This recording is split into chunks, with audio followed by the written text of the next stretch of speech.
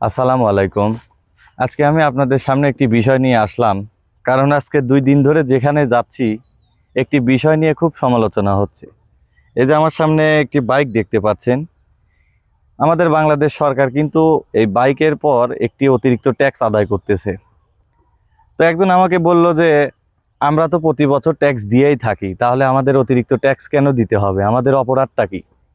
তো আমি বললাম যে আপনার অপরাধ, আপনি এই দেশে জন্ম নিয়ে ভুল করছেন। তো এই কারণে বলতেছি কথাটা, কারণ এখন সব কিছুর পরেই কিন্তু অতিরিক্ত ট্যাক্স দেওয়া লাগতেছে। এই যেমন দেখতে পাচ্ছেন দেশে সব কিছু সংকট থাকার পরেও আমরা কিন্তু খুব কষ্টের মধ্যে চলতেছি, তারপরেও আবার অতিরিক্ত একটি চাপ আমাদের পর।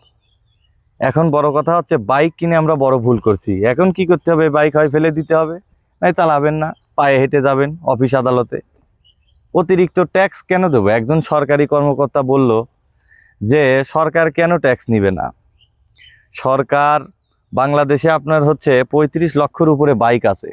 প্রত্যেকটা বাইকের মালিকদের কাছ থেকে যদি 5,000 করে টাকা নেওয়া হয়, তাহলে হিসাব করেন বছরে কত টাকা রাজস্ব আয় হচ্ছে সরকারের।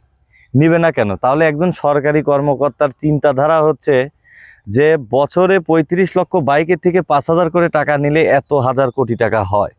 তাহলে একজন সরকারি কর্মকর্তা এই চিন্তাটুকু করলো না যে একটা বাইকার যে কত কষ্ট করে একটা বাইক কিনে, এই যে তেলের সংকট থাকার পরও সে বাইক রোডে নিয়ে চালাচ্ছে জীবনের রিস্ক নিয়ে, এরপরেও যদি এত পরিমাণে আমাদের ট্যাক্স চাপিয়ে দেওয়া হয় আমাদের পরে, তাহলে আমরা বাইক চালাবো কিভাবে? এর থেকে কি আছে, বাইক আপনি ফেলে দেন, সব চাইতে ভালো হবে এটাই। একজন সরকারি কর্মকর্তা যদি এই চিন্তা করে, কিন্তু সে একেবারে নিজের এই কথা মানুষের চিন্তা করলো না যে 5,000 করে টাকা দিলে পরে এই সরকার এই টাকাগুলো কোথায় কোথায় ব্যয় করবে।